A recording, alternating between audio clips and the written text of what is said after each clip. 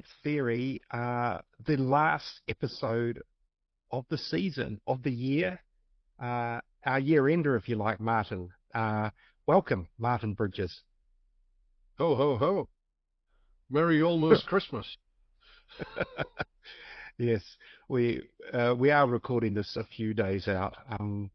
I may have opened an advent calendar of beer, but yes, but I have not finished it, so we're nowhere near Christmas. But anyway, yeah, Merry Christmas to everyone listening. Yours, Merry me, Christmas. Michael Donaldson. Yeah, Michael Donaldson here, the editor of Pursuit of Hoppiness, and my colleague Martin Bridges, aka the Beer Bigwig, and with his he's got his reindeer shirt on.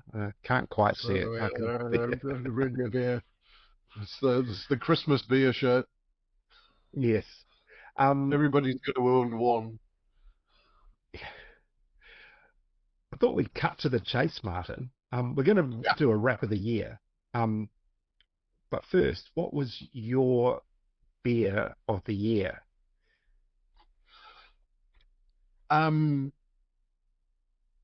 Probably top of the shop was the Emerson's Pride of the Plains, the rebrew of the original recipe of Emerson's Pilsner. Yes. Yep. Yep. Single hopped with Beautiful, Rewalker. beautiful And beer. Bring back the original. yeah, it was outstanding. It was in my top five. And probably, the only reason it didn't make it number one in the Pursuit of Happiness summer edition was because I did my list after everyone else's came in, and I saw how many other people had it on top, and I thought we need some variety, and so I went with the another rebrew, the Hallertau Maximus XX IPA. I thought that was an absolutely cracking beer. So it was a great year for Yeah, the rebrews. yeah, that I was think. on, that Maximus was on my long list as well. But you were very cruel and made us cut it down to just the top five, which was Yeah. exceptionally hard to do. Yes. I think next year we might do six. Everyone's allowed a mixed six. A mixed Um, six. Go. yeah. It only occurred to me after I'd said five and published five that six would have been a better number. But um, yeah, it makes you think, eh, when you have to narrow it down to five. For the record, the Hallertau Maximus for me, the Pride of the Plains Pilsner. I was a big fan of Shining Peaks Feijoa Sour, Hmm. um, which I thought was a match for the benchmark Feijoa Wild Ale from Eight Wired. Yep.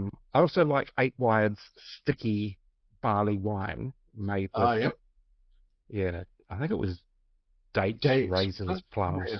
Yeah, There you I thought that was magnificent. And the beer that probably brought the biggest smile to my face this year was Urbanauts 420 terpene laced hazy IPA that literally did make me laugh. And then, like, I was just giggling while I was drinking it. And then I looked up the terpene that was used to brew it and discovered it was renowned for, when it's in its cannabis form, for making people laugh. So it worked. Yeah. Anyway, it was a great beer. And they've now done a 422, I believe. So Yes. Yeah. yeah. I Um, haven't seen that yet. What yeah. about So you? I am. I really loved the. And obviously, the Pride of the Plains was top of the top top of the heap. What There were a couple of things that really surprised me. One was, and I was very pleased about the resurgence of brown ales. Yes. Brown ales are back, and they should never have gone away. But the Garage Project Dr. Pete's Fortifying Brown Ale was a proper English style brown ale, I think, to make. And in honor of that, it's not. It was a seasonal, so it's not available at the moment. But I'm currently drinking the Garage Project Brown Kiwi, which is more of an American style brown ale, although with kiwi hops, and that Yeah. is also excellent. So Garage Project are nailing the brown ales. So that was good. I like your uh, 8 wired barley wine. I also in the slightly north of Auckland barley wines when with the Sawmill barley wine, Okay. Yeah, yeah, yeah. which I thought was Matakana is the place, yeah, to go and get is your the barley place to get wines. barley Yeah. wines. I thought it was a real absolute cracker and a Mm. ridiculously good value. I think it was like $60 for 6 500 ml Wow. bottles, which was ridiculous for an Yeah. excellent barley wine that you could stick in your cellar and forget about. Um, um, Also, talking of 8 wired, I loved the Tall Boy, the first of Oh, yeah, yeah, the first of yeah. the 500 ml cans, Mm. Mm. um, I and see. Now we have superconductor in a 500 ml can, which, which is scary. But the yes, Tall Boy was super drinkable, just a real kind of everyday IPA. And then talking of finally another IPA from our favourite Hawke's Bay producer of IPAs, yes. Brave, but it wasn't Tiger Milk. Was not Oh, Tiger Milk. I went with their Tall Story West Coast IPA, which I think was their Malthouse West Coast IPA okay. Challenge beer. Yep. May have been, may not have been. I may be making this up, but it was certainly out around that sort of time, and it was a great beer. Brilliant. Yeah, no, good collection. I mean, based on what some of the other writers for the magazine nominated, there were a number of others who had Pride of the Plains Pilsner in their lists, and um, based on that, I I had no qualms in naming it the Pursuit of Hoppiness Third Pint Theory Beer of the Year, um, best voted by our contributors. Um, it, Absolutely. yeah, it just resonated with beer geeks, and not just because of its throwback ancestry kind of thing. It was freaking good. It was Yeah, so good. It's like they should there brew was it that that way just all the time. that Rewalker hit was just so good, hey? Mm, It just mm, I was it yeah. screamed New Zealand. It was like if you had to pin somebody down and say what is a New Zealand Pilsner, you would go that right there. Yes. That Yeah. Yeah. Yeah. No, it was imprint it a on your shining memory example. and Yeah. you're done. That's it. Just lock it in. um, I should note what I'm drinking for those who dare to watch the video version of this. They can see it, but I got very lucky the other week. Mm. And you can see this says so it's Lumberjack Brewing from the Woods 2021 Saison. You probably can't read much else. It's bottle number 185 with a best before date of somewhere in 2024. Um, and Oh, oh, it can't be good for what? you. um, I'll just explain how I ended up with that. So there's a guy called Ethan, and I just have his surname slips my mind. He used to be the brewer at Slab Brewing, and Slab left, and that space got taken over by the Alchemist, and sort of in the Bay of Plenty, and he's now brewing at Lumberjack. Um, and Lumberjack have had this lowish profile for a while, and Mm. they're just starting to maybe rev things up a little bit. I see there's beer being sent to various social media influencers. I think they're just trying to maybe push out a little bit more. They've got a wee pub in Te Puke or a tap room. Um, but interestingly, I won't go into any more detail now, but I met the owner during Beervana, and he's actually a forestry worker. So but, he is a lumberjack, And he's so to okay. speak. Anyway, yeah.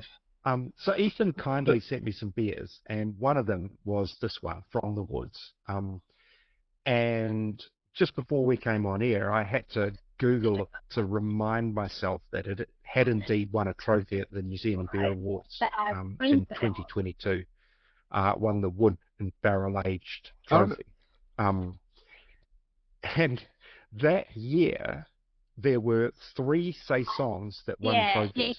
Um, Kainui Brew Company had a rose saison that won something in a fruit and flavored one. Brewed Fermentation had a Feijoa saison something or other that might have been in speciality experimental. I might be getting those back to front for those two. Then this saison in the wooden barrel aged category. And I was thinking, well, where have all the saisons gone? Like, I don't see that many of them. because So nobody buys anyway, them. This is I this would, is this is I the would. problem. I was talking to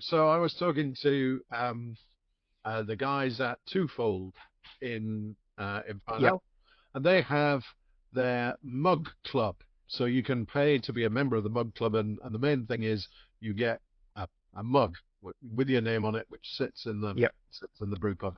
And every now and again, I don't know if it's every month or every quarter or whatever, the mug club Yeah, I think it's members monthly. Yeah. get Yeah. to vote on a beer to be made, and Oh, they nice. voted Yeah. for a saison. And John and Bernard, who are the owners of Twofold, were desperately trying to persuade them to vote for something else because they wanted something that they could sell. But Yeah. the members were insistent and ended up with a saison. And the other thing I noticed, I was talking to Andrew Charles from Behemoth, and they've just released I think it's secretly saison. I think it's Okay. but it's being sold as like a Belgian pale ale, I think, but it's Mm. actually a saison because you can't call something a saison, otherwise nobody buys it. No, no. It is I farmhouse ale could work. Yeah, It's got the romance. Anyway, it is an absolutely delicious beer. Like it's as I'm drinking it, I'm thinking this is one of the best things I've drunk this year, and it's coming up 5 years old. Or 4 years old. It's a year past its so-called best by date. Um, it's like lemony and tart, but with this underlying sort of just lovely sweet note. Um, a little bit of tannin and just a really well balanced kind of bitterness that just coats your palate. It's delicious. Um, Little bit of spice, but not a lot. Anyway, I just thought it was something really interesting and different to drink for the year ender. and And completely unavailable if anybody else wants yeah, to. no, that's right. Um, well, I think Unless they come around your house. if you live anywhere near Lumberjack in Te Puke, you could go there and just sort of butter them up, and there might be one or two still in the cellar. Anyway, it's it's a delicious beer, and I'm making my case for more saisons in 2026, please. Um, anyway, beers of the year we've done. We didn't. We're remiss to not mention Garage Project's Chance Luck and Magic in the discussion of beers of the Yeah, year. It was the beer of the year at the New Zealand Beer Awards, it and then was. won that bronze medal at the Brussels Beer Challenge. Which is Um, amazing. I don't think anybody really. I don't think a lot of people understand quite how much how big a deal that is. yeah, To yeah, like yeah. beat the Belgians on their own turf. Mm, Um, um, it's what a beer. yeah, yeah. And again, it's a sort of a not available beer, really. Yeah. Except we did have some at Beervana, and people who were there will remember it. Um, and there will be more of it lying around, but I think they'll be reserving it for their own special occasions and to enter into other competitions, perhaps. But Yeah, they must be yeah, running low. I bet because it's um. But that was talking of Biavana. That's probably a good point to talk about the excellent time we had at yeah, Biavana, we did, yeah, with the question and answer sessions that we did with a number of different breweries, and it was so great to see so many people come along and really engage with the brewers and have those chats. But that first session with uh, with our good friends from Brave, but also a garage project with three vintages of Chancellor and Magic, including a mm, couple of Magnums. That kind of set the bar pretty high for yeah. the first session. That And that was it one went of from the there. one of the best beer experiences of the year for me. Yeah. That session, and those beers, it was pretty cool. Um, I in the magazine, I said it was a coin toss for the brewery of the year, and I'd be interested in your opinion. Mm. Uh, you may not have read the magazine. You said you've seen it delivered at this point, so you may not have read what I wrote. Um, uh, but if there were two breweries competing for the Brewery of the Year crown, Yep. who would you think they would be? Um, I would say it was those two breweries that we had at that first session at Beervana of Garage Project and Brave. Ah, well, I maybe I went a bit left field, but I had Brave and Altitude Brewing. And the And reason I had Altitude Brewing was because they won the Champion International Medium Brewery at the Aussie Awards, yep. and then came back and won, no, small brewery in Aussie, and then medium-sized brewery in New Zealand, because they have different levels in the two countries. So, two champion brewery titles in the same year, two trophies at the New Zealand Beer Awards, a trophy at the Australian Beer Awards. They had a pretty outstanding year, and I found it hard to put those two up against each other. And so I said they can share it, in my opinion. But yes, Garage And Project could have been in a three-way tie. Yeah. I think that's fair enough. I think talk about Brave in a minute, but Altitude have just consistently made a whole bunch of beers. They've kind of grown significantly in a tough market. Yeah. That is that is impressive, and they've grown not only in sales but in quality, and Yeah. that to do those two things at the same time is hard. Um, and Yeah. and they're great people. Eddie uh, is a great chap. We had a good chat with him at Bivana, and the episode came out recently. Um, Mm. um, uh, I would not disagree with you Thank you. on that pairing. I would shoehorn Garage in there as well, not just on Chancellor and Magic, which Chancellor and Magic on its own kind of brings them Mm. up there. Yeah. But also that kind of the um the leaps forward that they've taken and kind of the big calls they've made Mm. this year. Mm.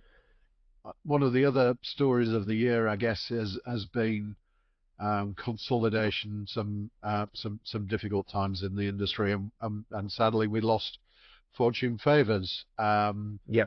um, and which was very sad. A lot of good beer come out of Leeds Street, but Garage Project taken over the building, put a new bar in there, and Yep.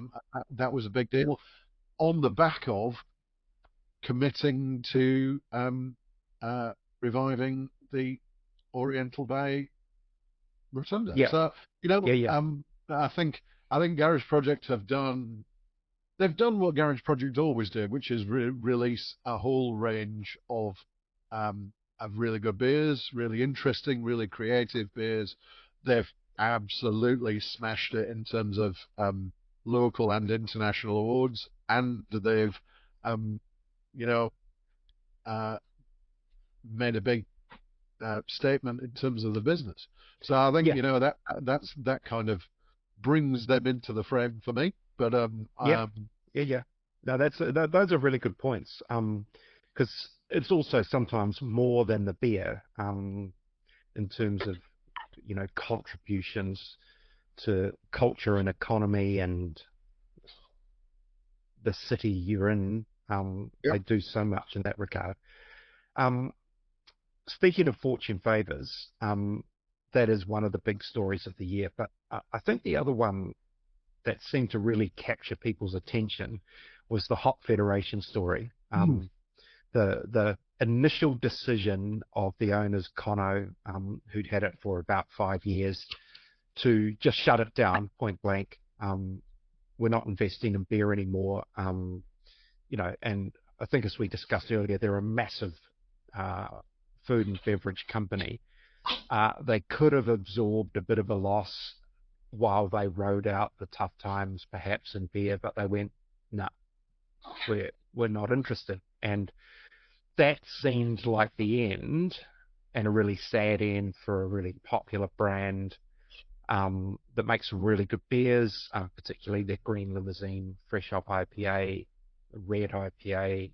Um, and then turn around like a couple of months later and they're back and Yep. bought by DNA Brewing over in Blenheim. Founder Simon Nicholas stays on.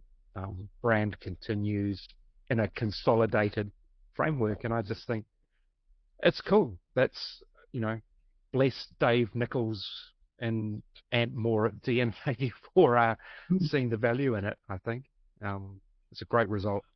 Yeah, and it was it was a good end to what could have been a very sad story, Yeah. and coming into kind of the end of the year, it gives you a little bit of hope that maybe, there is still tough times ahead. I don't think anybody, all the brewers I've spoken to recently have all said, yeah, it's still really tough, but Mm. everybody has got a kind of a maybe it could turn.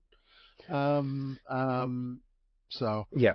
and that was a really good story, and I'll be very happy to see those Hop Federation brews continue, particularly those Yeah. two that you mentioned. It's like there aren't enough red IPAs around, Yeah. and Green Limousine's always one of the fresh hops Yeah. that I Yeah. look out for.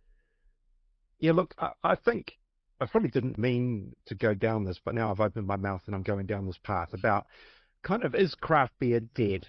Um, Oh, and well, not dead, oh, but there's flagging. a Yeah. Yeah. Yeah. question. Yeah. Yeah. Um, but I do think that we have moved beyond craft beer in terms of a term, Yep. a reference point, and we've been saying this in the past. It's been, Garage Project were one of the first to say, we don't even use the term craft anymore. Um, for, and when I say this, it's like it comes with all these connotations. One of them is that you're making a big hoppy IPA, and that's kind of it. Um, that it's an owner operator Yep. um, doing everything kind of in the true artisan kind of one man or woman against the world kind of thing. And it's not anymore. Like it's not boutique or micro as a industry. It's actually quite big. Yep. And And a lot of the breweries we talk about have transcended that, and they are big businesses. Parrot Yeah. Dog, Garage Project, Sawmill, Behemoth, um, Castles in Christchurch, Yep. any number of other ones. It's a massive industry, and so while craft beer might not be such a thing anymore, good beer is like, I think, continuing to grow. And um, I don't know, these breweries are big enough to weather the economic uh, storm that we've been in. There are always going to be little ones that fall away, but that doesn't mean beer is dead. No, If you know what I mean? Like it's a nuanced argument that I'm raising I here. think it's a really good point. I think that craft, what micro and boutique were always constraining terms. It's like Yes. they basically said that once you got bigger than whatever those terms kind of applied to, then you couldn't be that anymore. And you weren't Yeah. relevant, you weren't interesting, and you weren't good. And that's never been the case. Like Mm. people can't make good beer at a large scale. Like Emerson's is a great example to me. Yeah. Like Yeah. they're part of Lion now, Mm. but their beer was best beer of the year according to the Pursuit of Happiness and the Yeah. Third Point Theory. Yeah. Um, it's not about your uh, company structure or your size. It's about the beer you make, and Mm. there is a bit about the contribution you make to your community and society and so on. But it's really about the beer that you make, and I think that what we will see, I agree, is that we will probably still see some consolidation. We'll still see some small brewers um, fall by the wayside, but them existing will spark innovation in the others. It brings drinkers into the industry. It brings brewers and Mm. so on into the industry, and those then go on elsewhere and lift the quality elsewhere.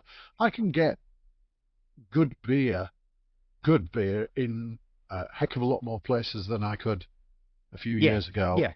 And that's right. And this is, I think, reflected in another one of the interesting stories that popped up this year, which was Parrot Dog's listing on a public trading platform, um, which is known as Catalyst. And it's a second tier thing to the New Zealand Stock Exchange, um, for small to medium businesses. And we haven't had a brewery publicly listed since the Moa debacle of 2012 to about whenever they eventually sold it to Stephen Smith, 4 or 5 years ago, maybe.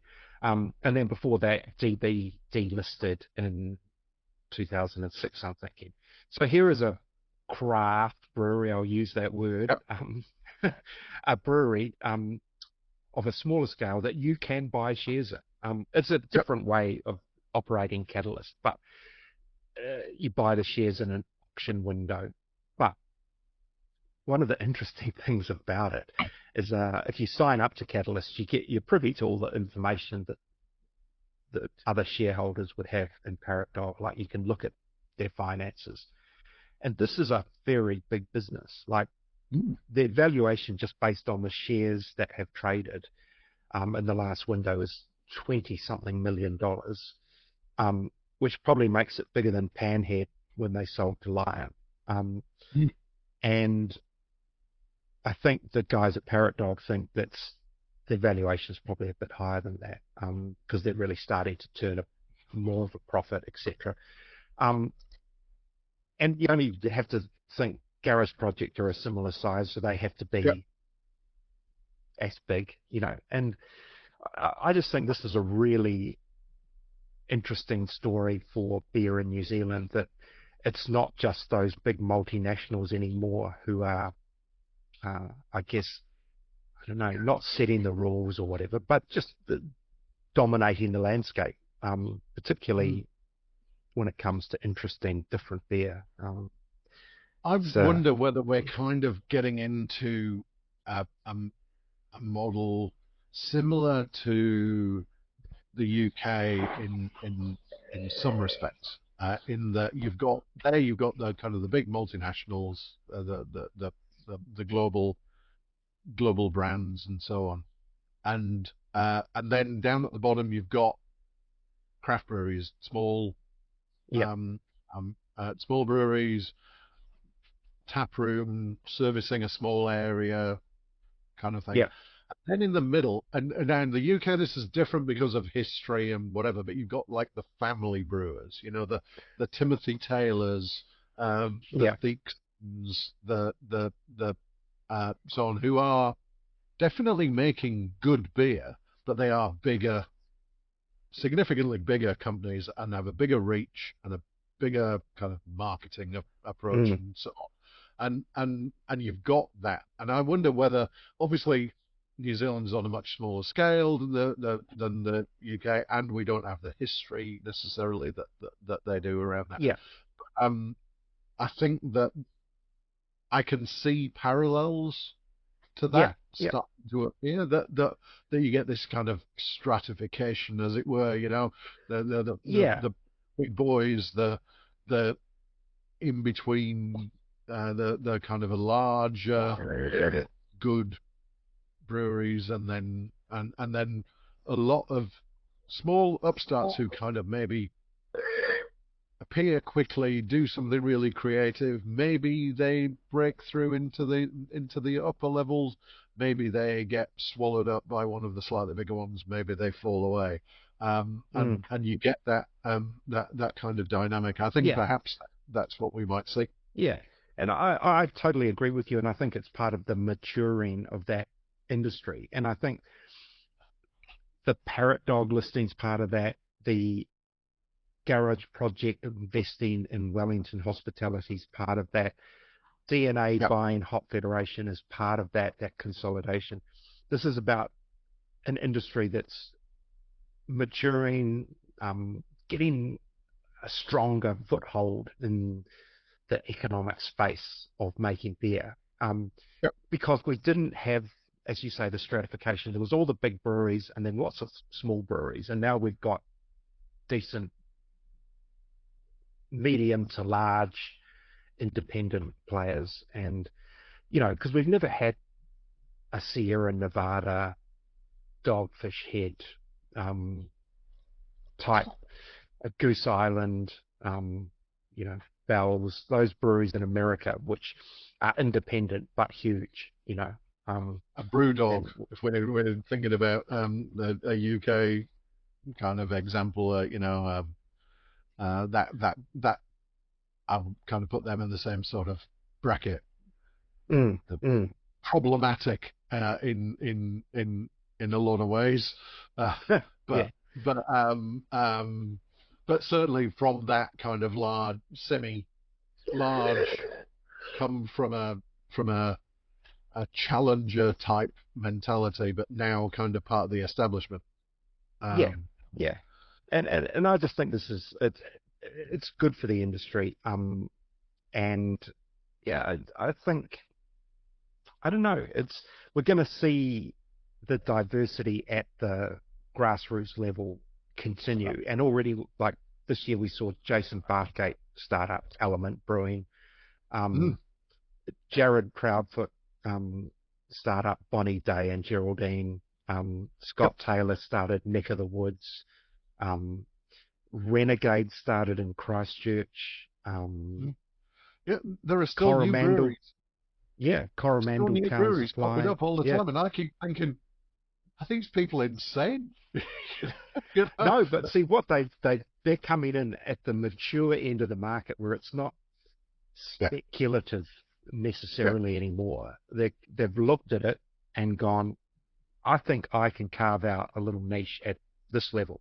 yep. Um, I talked to the Thomas from Renegade Brewing in Christchurch, and he's like, not going in supermarkets, not packaging, not having any sales staff. It's just me Yep. brewing beer, selling it to customer over the bar who tells me whether they like it or not, and then I go away and make it better. And there's room for all those players, and Yeah, yeah. Talking yeah, of neck of and the woods, talking neck of the woods, teaser mm, for next season of the Third Pint Theory. That I'm going yes, down to Tauranga next week to sit okay, down with Scott from Neck of the Woods and have a bit of a chat about their new place, and that will yeah, be hitting your podcast airwaves um, uh, in early 2026. yeah. As also will be, I've just had a chat with Joe Emmons from Three Sisters, and this will be news that will be out after this has gone to air, but there'll be more detail in the pod with him. But they are opening a bar in Wellington. So, Wow. yeah, that's pretty cool. They're going into the old Black Dog uh, brewery spot, which had, Ah, after Black Dog finished, it became a Mexican restaurant. Um, and it's now going back to being a bar, and it's going to be Three Sisters. So, that's a cute little place. hey, It's a cute little place, is that? yeah, yeah, yeah.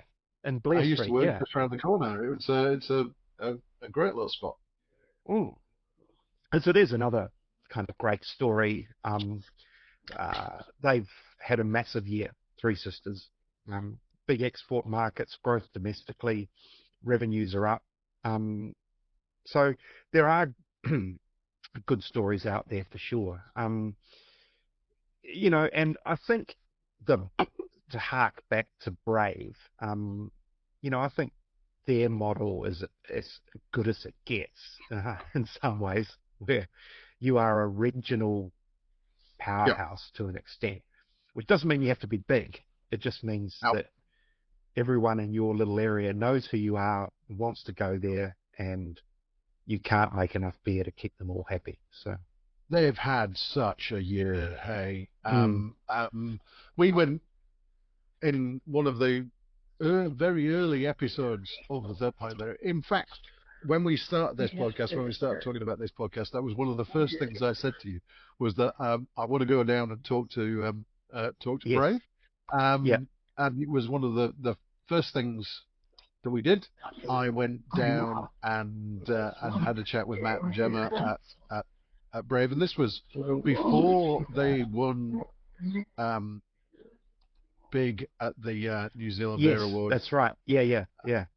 and and we had a great chat, and I just love what they've done, and I think you're exactly right. They know exactly what they want to achieve, and Mm, they do not want to grow to be enormous. They're servicing their market.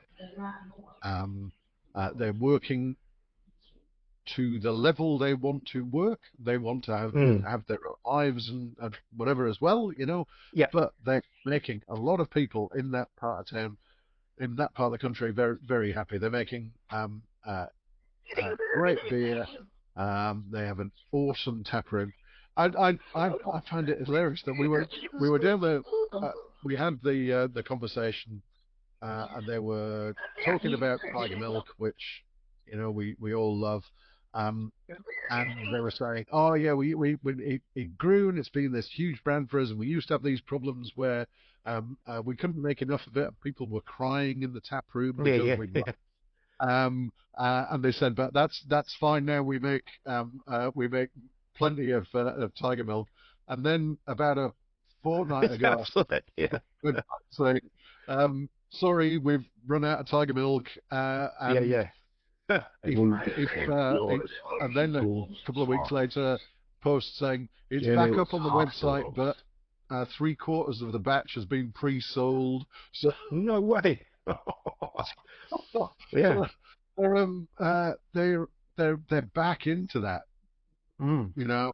they've created a monster in that Tiger Milk is is so in demand they can't keep up Yeah, because they say yeah, it's a cult beer. It really is. it It's is.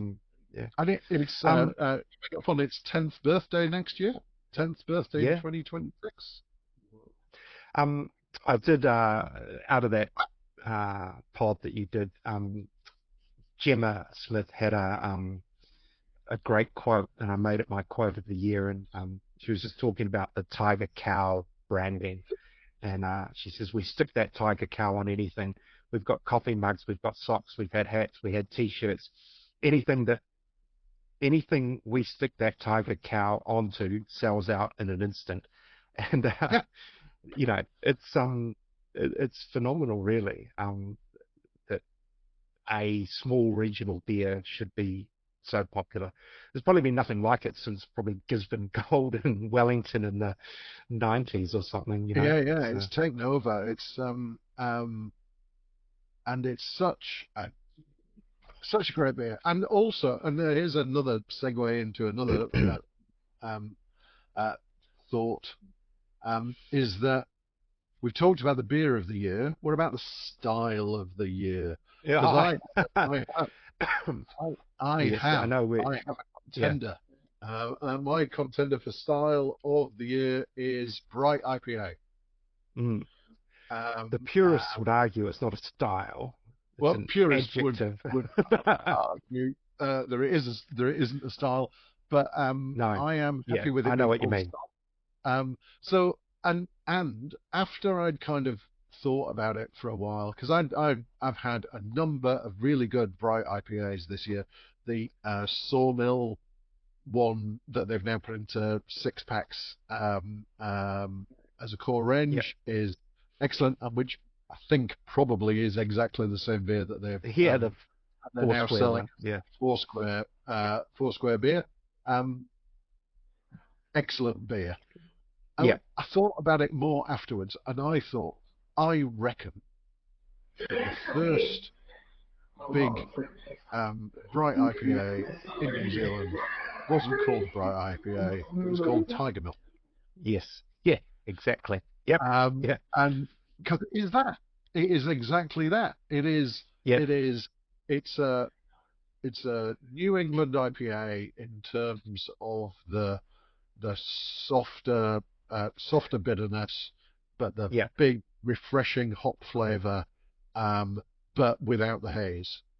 yeah, And yep. it is exactly that. And that is my style of the year. I will drink. If you call it a stick bright IPA on it, I will drink it. Yeah, that brewers and Martin drinks a lot of beer, so you've got a ready-made market.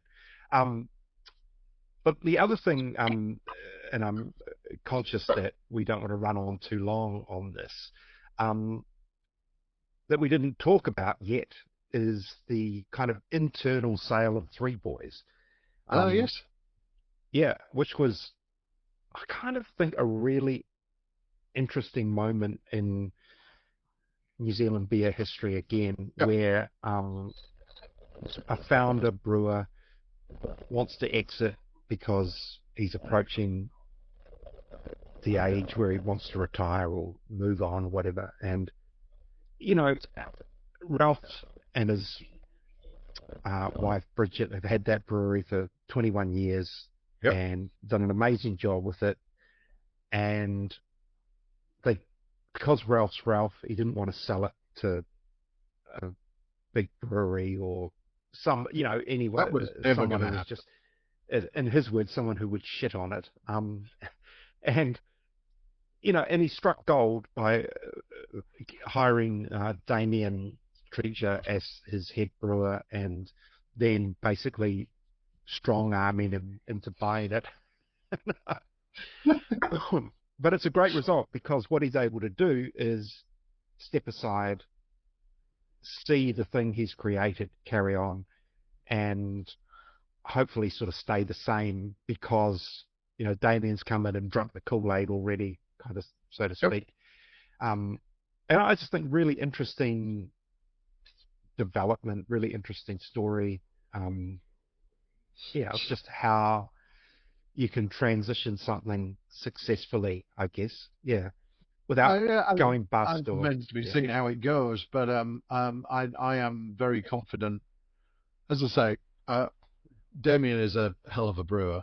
I think mm, he elevated the Beer Baroness beers to a whole new level when he was the head brewer there. He's the Three Boys beer since he came in have been and continue to be excellent. So yeah, I'm really confident in that, and I'm so happy for Ralph that he found the exit on his terms. You know, it's yeah, we yeah. we we had a chat. He was probably the first episode, the first He interview I was, yeah, recorded yeah, for this podcast, and um, it was just a great chat. I really would love to have another chat with him now that he's yeah. kind of solid. I really hope we don't lose him from the industry. I don't think we will. Yeah. I don't think we Um, will. I don't think he could. But mm, hopefully now that he doesn't own a brewery, he can really let loose, and yeah, we yes. can really feel the unvarnished Oh, Ralph. I, That would I, I be have no doubt. He did tell me that that he, because he used to be very outspoken, and he's probably become more yeah. restrained in recent years. And but he did say that he's prepared to sort of lob grenades from the sideline on request. So And so I'm just I gonna, look forward to having a chat with him about that. I yeah, really look forward to hearing that.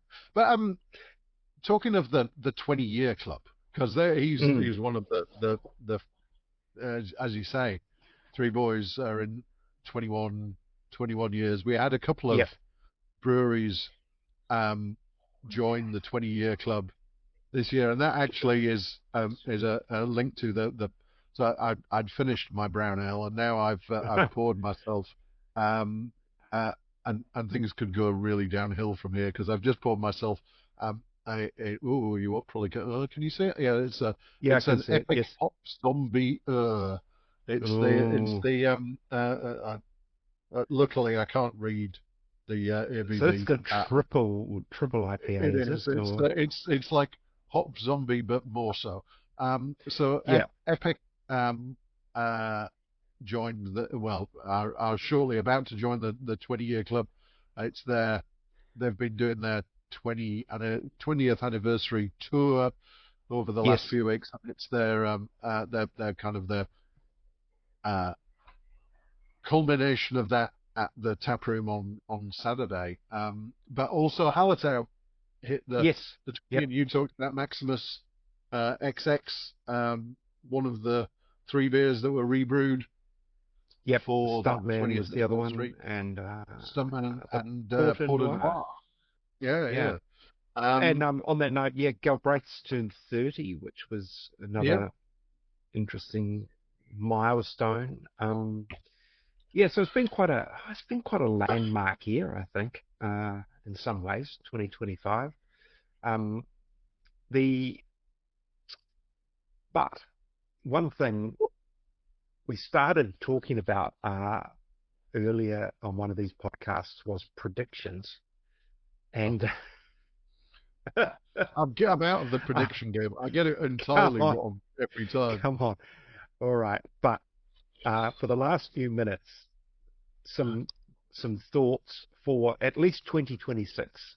Um, uh, I I don't really have any strong ones, but I've got one or two thoughts that I will share in a minute. But have you, Martin, got any Right. predictions? Okay. So uh, last year, was it last year I wrote an article for Pursuit of Happiness at the beginning of the year with my thoughts, predictions for the year, and I think Yes, pretty much 100% wrong.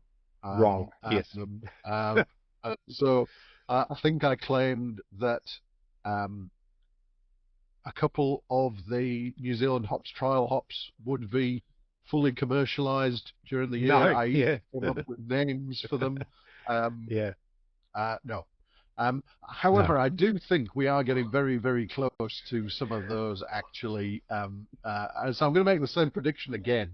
That this year we will see maybe at least one of the New Zealand hops, trial hops, make it into full production and with an actual name, because there are some great yeah, trial hops yes, out there. I had the NZH 112, which I think was in a one of the Sawmill Aotearoa series IPAs, and that was outstanding. So yeah, I think there are a bunch of those out there. That's going to happen eventually. If I keep making the same prediction, it yeah, will happen yeah. eventually.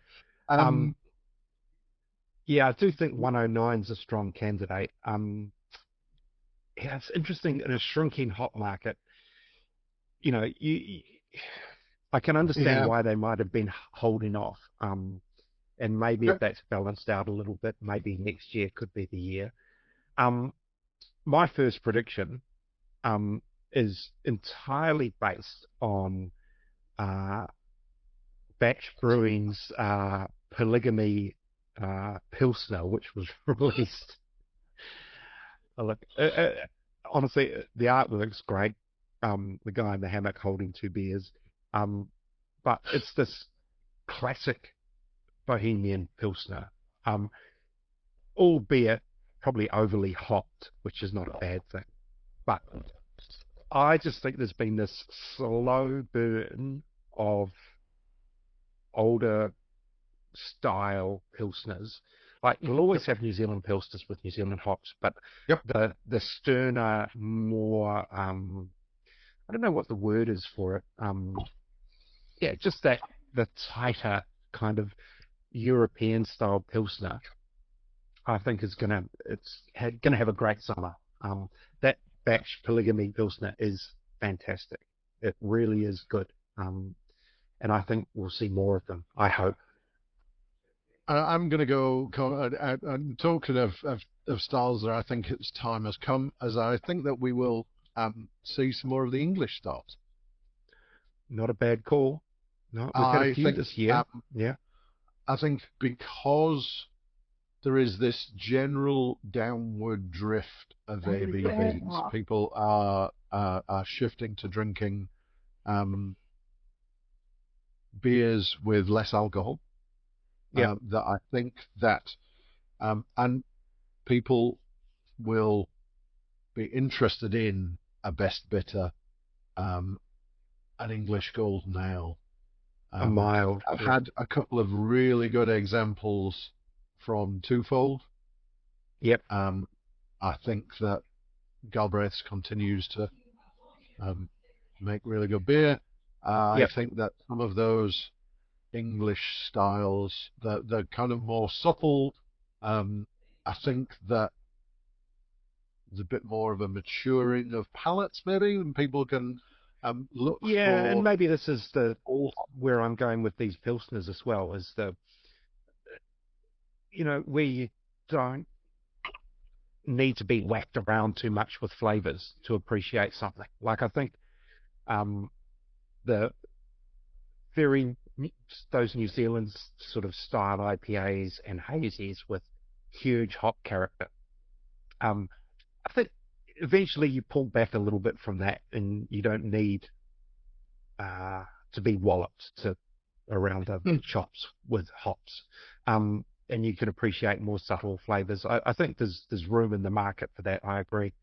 Um, but on the flip side, again, talking to Joe from Three Sisters about smoothie sours, and um, it's interesting. He said he didn't enter the New Zealand Beer Awards this year, and one of the reasons is he couldn't get everything lined up. They were just too busy brewing. But he brews so many smoothie sours now, and that's almost like their signature beer. And when it's in a technical judging competition, the feedback's not great because there's still a school of thought that it's not really beer, it's a hybridized thing. But he did tell me, and I'm not basing it purely on what Joe has said, but he exports to China, and he said the first shipment they did, it was mainly hazies and IPAs, and he threw in like one smoothie sour just to see how it would go. And they said, "Yep, that's great. We'll have three next time." And then it became four and five and six. And so he said now 60 to 70% of what he exports are these smoothie sours. You go into their tap room, 6 of 24 taps are smoothie sours, and where they're finding success with them is in younger drinkers, women drinkers, and the still curious um, kind of experimental craft beer drinker, to use the term I said was dead. Um, and so beer's big problem is finding new people, right? Yeah. And this is a way. It may not be smoothie sounds. It could be hard lemonades or hard ginger beers or whatever. But I do think this style hits a particular mark that other beer doesn't reach. And so therefore I think we might see more of them. It's I, a I, guess. I, I'm, I, I don't necessarily, I'm not necessarily happy about it, but I think that you're probably right. Yeah, yeah. I And mean, I've got a kind of it's the hop zombie is kicking in, and now I'm kind of making wild and crazy predictions. So I think last year, I think when I made predictions last time, I said that a New Zealand brewery would set up an offshoot in Australia, right. and I was 100% wrong. Mm. Not happen. I wonder whether the opposite might happen. Ah, I wonder could it? whether we might see more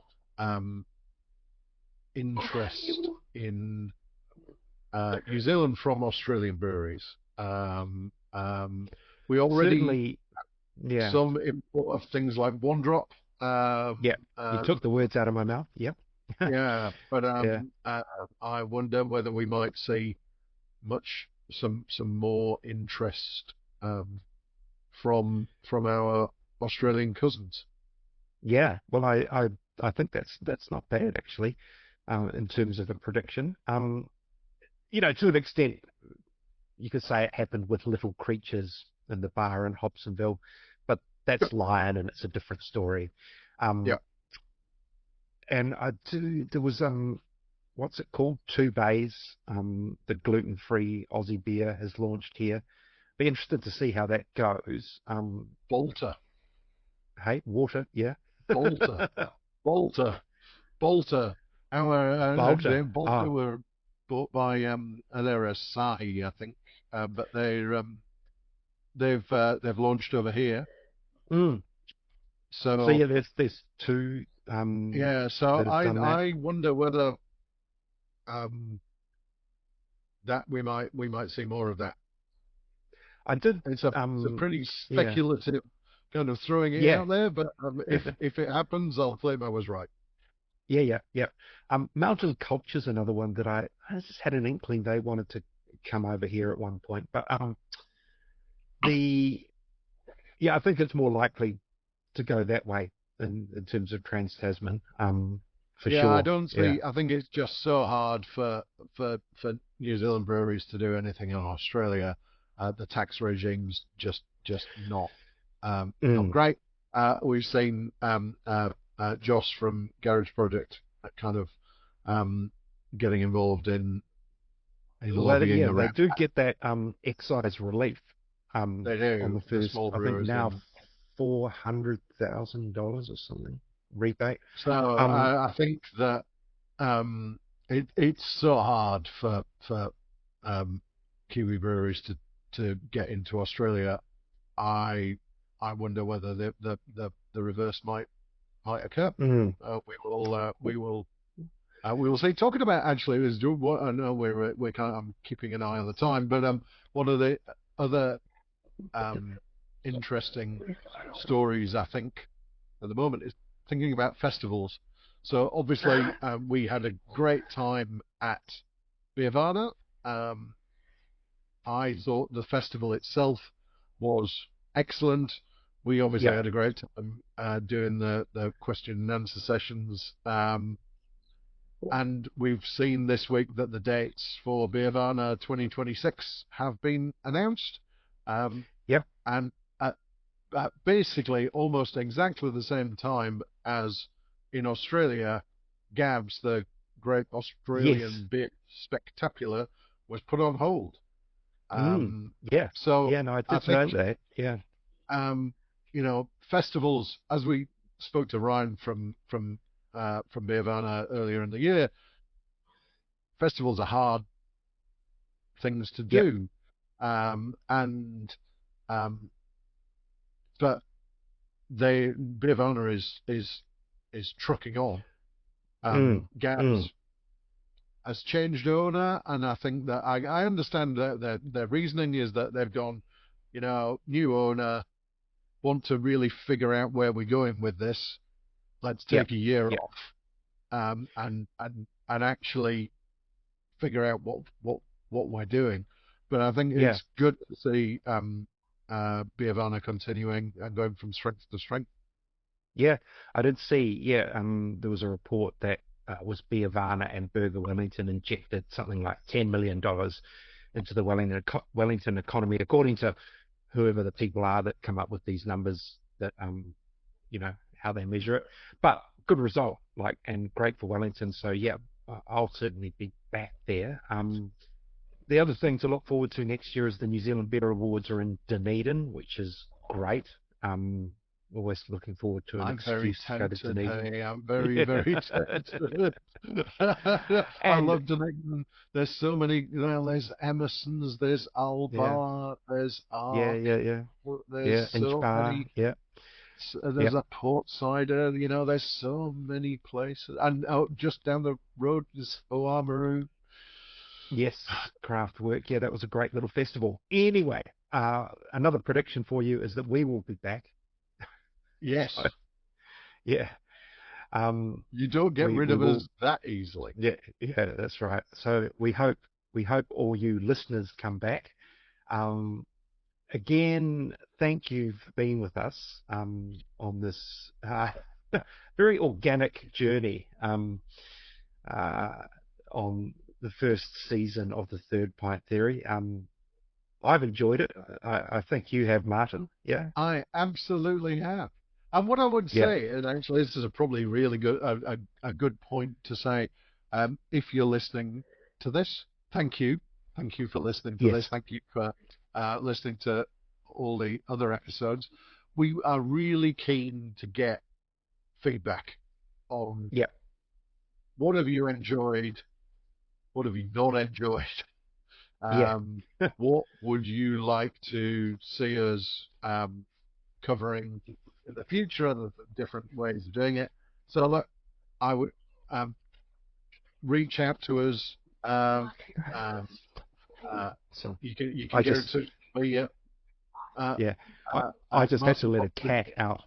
So, Oh, no, you've always got to let the cat out of the bag. um, So Martin.bridges at beerbigwing.com. yeah, yeah, Michael, Michael at hoppiness.co.nz. or Yeah, you we can, as I say, sorry. yeah, no, I would say we always love to get feedback. It's great. Yeah, yeah. Um, We're on Blue Sky,